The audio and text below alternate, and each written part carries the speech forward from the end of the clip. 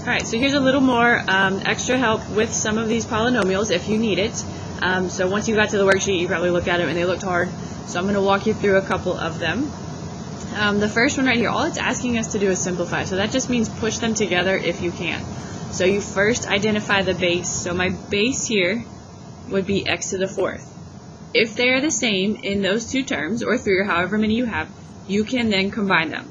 So what we do then is we look to the numbers, and we look to this sign to tell us what we're doing. So we're going to say 6 plus 10, and that's going to give me 16, and then your base stays the same. So just like when we were dealing with exponents, you don't change that base. You don't make it x to the 8th. This is like saying something like, I have 6 apples plus 10 apples for a total of 16 apples. It didn't change anything that I was adding.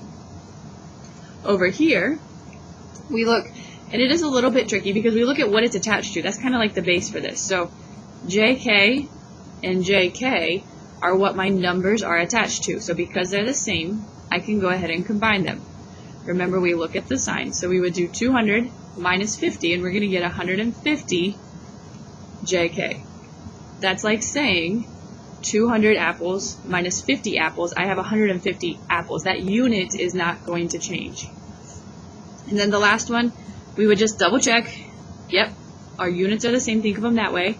So we're going to do 6 plus 10, and that's going to give me 16 x to the fourth y squared. So it's very similar to the first one. I just threw that extra y squared to show you it doesn't matter how many variables they are. If I gave you something like 5x squared plus 10x squared y, x squared and x squared y are my labels, there is no solution to that. You cannot push those together.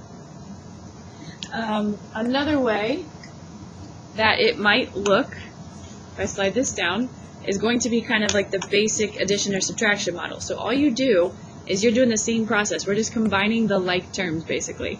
So all of my constants, my 2 and my 8, are going to be able to be combined. I would recommend you type these in because we're doing negative 2 minus 8. So if we type that in on our calculator, we're going to get negative 10. I drop that down. Then we move over. We're doing 10x minus 2x. Now you can't type the x's in your calculator, but this is the same process I just showed you up there. Same unit. So we can say 10 minus 2 is going to give me 8x.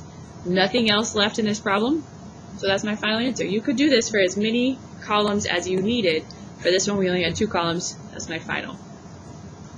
Then the last little bit that you may be struggling with would be just another format for the same mathematical process. So we're doing the addition of 2 polynomials. You could write it this way, you could write it the way at the top. It doesn't matter. It's the same process.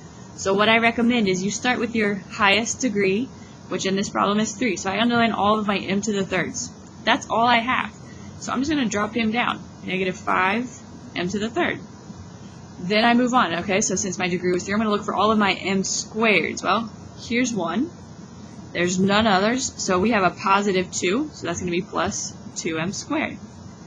Then I'm going to look for all of my m's. So there's one here. Oh, we have another one here. So we're doing negative 2m plus, from right here, negative 3m. Well, if you type that in, that's going to give you negative 5 of those m's. And then the last thing that we have are my constants.